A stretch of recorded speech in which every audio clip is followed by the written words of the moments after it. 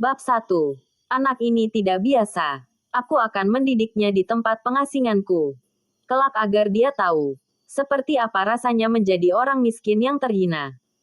Agar dia tahu bagaimana rasanya menjadi orang yang tertindas. Agar dia dapat merasakan jeritan hati orang-orang yang teraniaya. Anak ini berbeda. Andai dia dimanjakan dengan sutra dan emas, maka dia akan tumbuh menjadi seorang yang memiliki kekuasaan namun suka menindas orang yang lemah. Jika hal itu sudah terjadi, maka apa guna lagi untuk menyesali? Anak ini lain. Sebagai calon pewaris tunggal dari kekayaan yang berlimpah, maka dia harus dididik dengan benar.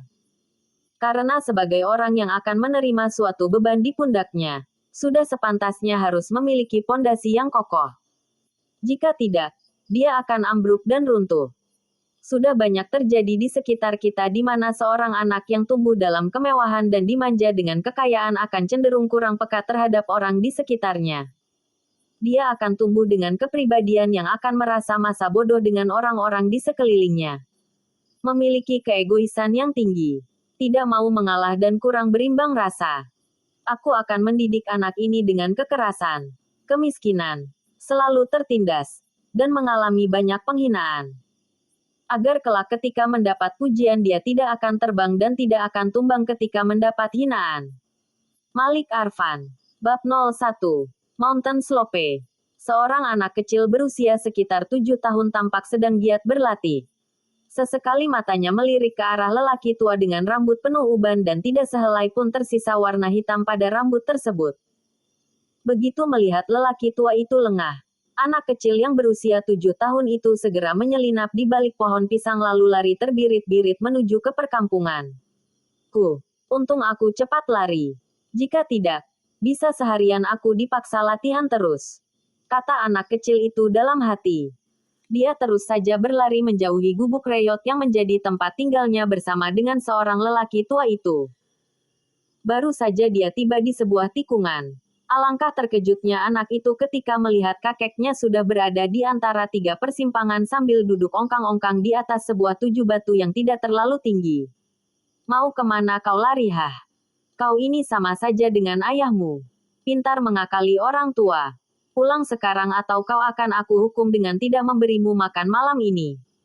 Ancam lelaki tua itu. Yo capek kek. Seharian disuruh latihan terus. Kata anak kecil itu memelas. Jika tidak latihan, mau jadi apa kau besar nanti? Apakah mau ditindas oleh orang lain? Tanya lelaki tua itu. Tidak kek. Kalau tidak mau ditindas, kau harus latihan. Ini baik untuk bekalmu setelah dewasa nanti. Kata lelaki tua itu. Anak kecil yang menyebut dirinya Yo itu mau tak mau hanya menurut saja. Yah latihan lagi. Bosan. Katanya dalam hati. Kedua orang kakek dan cucu itu kini berjalan bergandengan tangan. Tampak dari sorot mata anak itu bahwa dia sangat tertekan. Yo, besok kau boleh main-main dengan temanmu. Tapi kau harus latihan yang benar hari ini. Bagaimana? Tanya lelaki tua itu. Benar ya kek. Kapan aku pernah berbohong kepadamu hah? Dasar anak bandel. Hehehe. Aku percaya sama kakek. Kata anak kecil itu sambil menul hidungnya. Kek. Kapan ayah dan ibu akan mengunjungiku? Tanya Yo sambil terus mengikuti jejak kakeknya itu. Ayahmu sedang sibuk bekerja. Untuk masa depanmu. Lagi pula, kakek sengaja melarang mereka untuk datang setiap bulan. Jatah mereka berkunjung adalah setiap 6 bulan. Jika mereka terus berada di sini setiap bulan, kau akan manja dan selalu mengandalkan orang tuamu. Makanya kau tidak boleh mengandalkan orang lain. Karena orang akan pergi. Asah sendiri kemampuanmu. Karena hanya dirimu yang akan benar-benar ada untuk dirimu. Pusing kepala Yo kalau mendengar kakek berceramah seperti ini. Kata Yo melepaskan tangannya dari pegangan lelaki tua itu lalu menul hidungnya seperti Bruce Lee. Yo, akhir-akhir ini kakek selalu melihat kau menul hidungmu. Ada apa? Tanya kakek itu. Kemarin pulang dari sekolah. Aku singgah di rumah sahabatku untuk menonton televisi. Lalu aku melihat jagoan di film itu menul hidungnya. Dia sangat hebat kek. Semua musuhnya dibabat abis. Lalu setelah itu dia seperti ini kek. Kata Yo sambil menul hidungnya membuat lelaki tua itu menjadi tertawa. Kau juga bisa seperti itu. Tapi harus rajin latihan. Kata kakeknya itu. Benar ya, Kek? Iya benar. Hasil tidak akan mengkhianati usaha. Kata lelaki tua itu lagi.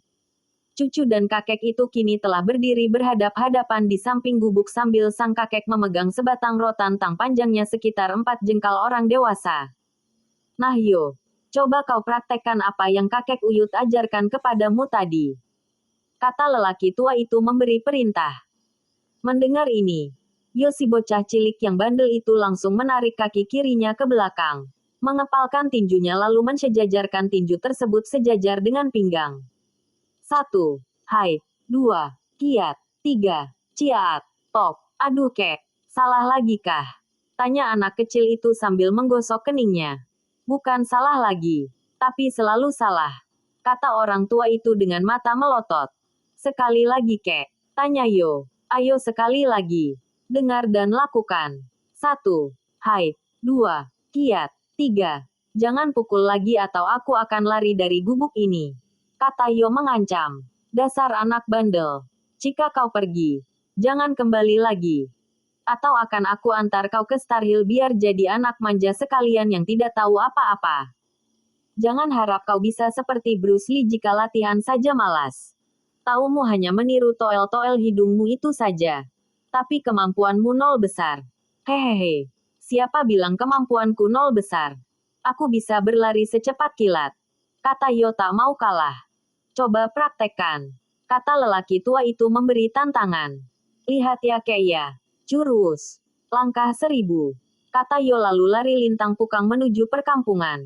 Yo, kau menipuku ya. Dasar anak bandel. Kembali kau Yo. Teriak lelaki tua itu sambil mengejar ke arah anak kecil yang melarikan diri itu. Anak ini tidak biasa. Dia benar-benar sangat mirip dengan ayahnya. Dasar anak bandel. Rutuk lelaki tua itu dalam hati. Sementara itu, Yo yang terus melarikan diri telah tiba di perkampungan Mountain Slope yang berjarak sekitar 500 meter dari gubuk yang dia tempati bersama kakeknya. Baru saja dia akan menemui sahabatnya yang bernama Harvey.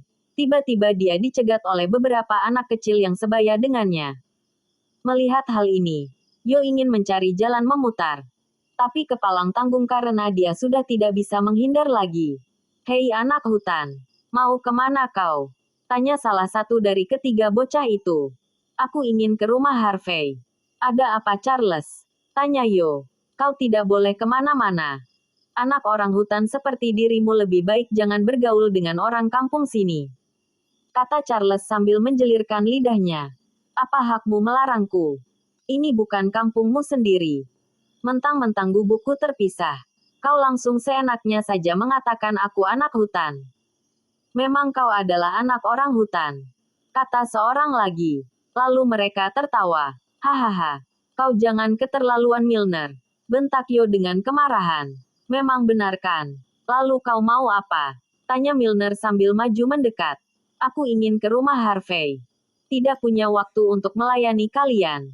Kata Yo lalu segera berlalu. Namun sebelum dia berlalu, salah seorang dari mereka yang bernama Jimbo langsung menarik jabrik rambut Yo membuat anak itu mengurungkan niatnya untuk pergi.